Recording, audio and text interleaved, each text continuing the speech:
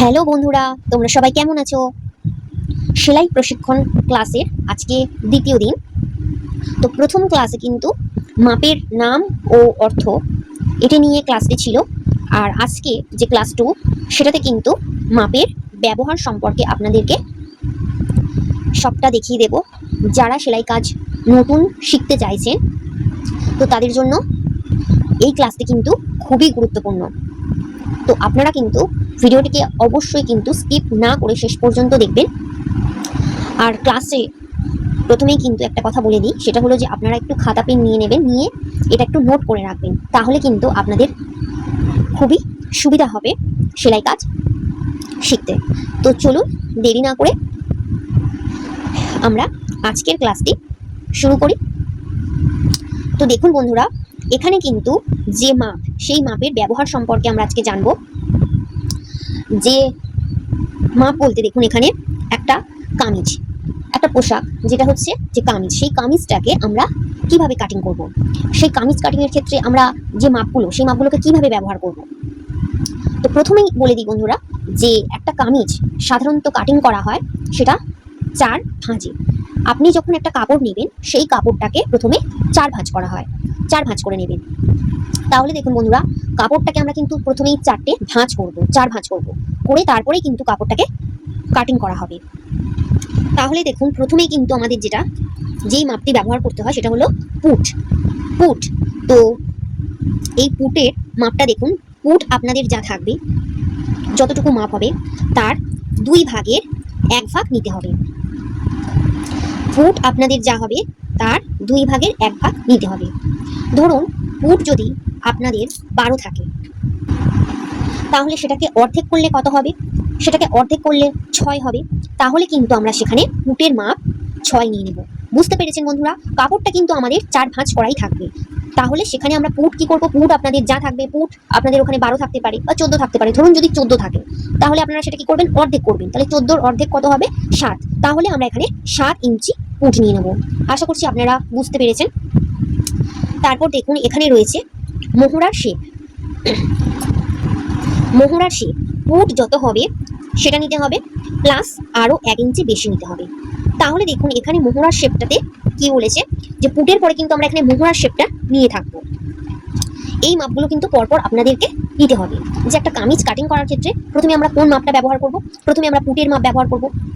পুটের মাপ নেওয়া হয়ে গেলে তারপর আমরা নিয়ে নেব মোহরার শেপ। তো মোহরার শেপতে দেখুন যে পুট যত হবে সেটা নিতে হবে। তো ধরুন পুট আপনার পুটের মাপ নিয়েছেন 6, তাহলে তার সাথে আরও 1 ইঞ্চি প্লাস করতে হবে। তাহলে আমাদের 1 ইঞ্চি প্লাস করলে কত হবে? 7 ইঞ্চি। তাহলে আমরা এখানে মোহরার শেপটা কত নেব? 7 ইঞ্চি।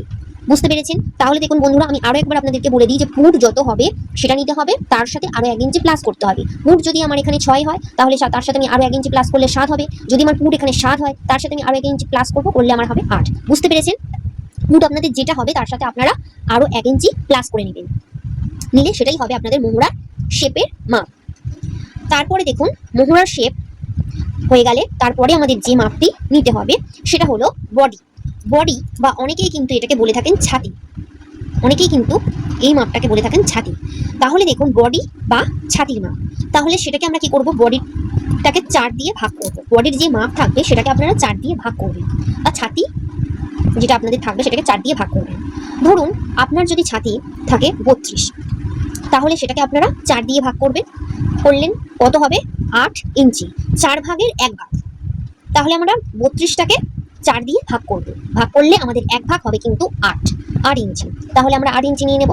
তো এখানে দেখুন বন্ধুরা, আপনাদের যদি ছাতি যা হবে, কারোর 32 হতে পারে, কারোর 34 হতে পারে, যা হবে যেটাই হবে সেটাকে আপনারা, বা কারোর যদি ছাতি 40ও হয় সেটাই হবে, সেটাকেই আপনারা 4 দিয়ে ভাগ করে নেবেন। যে ছাতি আপনাদের যেটাই হবে সেটাকে আপনারা 4 দিয়ে ভাগ করবেন, করে তার 1 ভাগ নিতে হবে। বুঝতে পেরেছেন?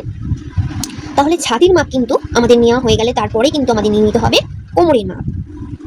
তো কোমরের মাপটা কিন্তু যে ছাতি বা বডি তার থেকে দেখবেন কোমরের মাপটা একটু কমই কিন্তু হয়। এটা আপনারা দেখবেন, এটা আপনারা প্রত্যেকেই দেখে থাকবেন যে ছাতির থেকে কিন্তু বডির থেকে কোমরটা একটু মাপটা কম হয়।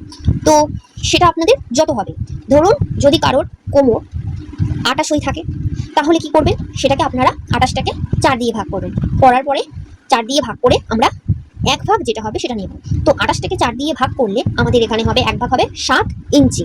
তাহলে আমরা 7 ইঞ্চি নিয়ে নেব।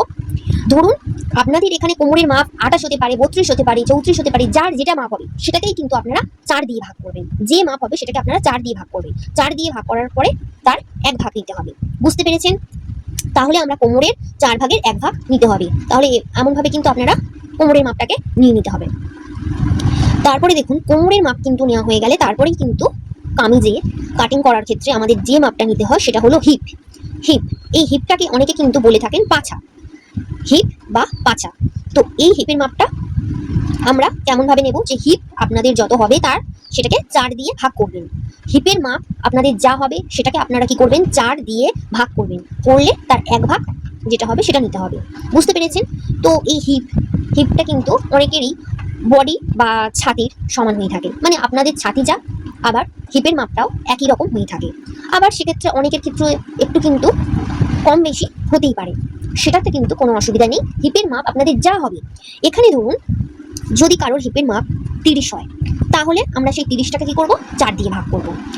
4 দিয়ে ভাগ করার পরে আমাদের যেটা হবে তার এক ভাগ নিতে হবে। তাহলে দেখুন হিপটা আমাদের এখানে ধরুন 30 রয়েছে, কারোর হিপের মাপ 30, তাহলে 30টাকে আমরা 4 দিয়ে ভাগ করব, করলে তার এক ভাগ হবে 7.5 ইঞ্চি।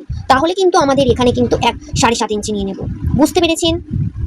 যে হিপের মাপ আপনাদের যা হবে সেটাকেই আপনারা 4 দিয়ে ভাগ করবেন, 4 দিয়ে ভাগ করে তার এক ভাগ নিতে হবে। বুঝতে পেরেছেন বন্ধুরা?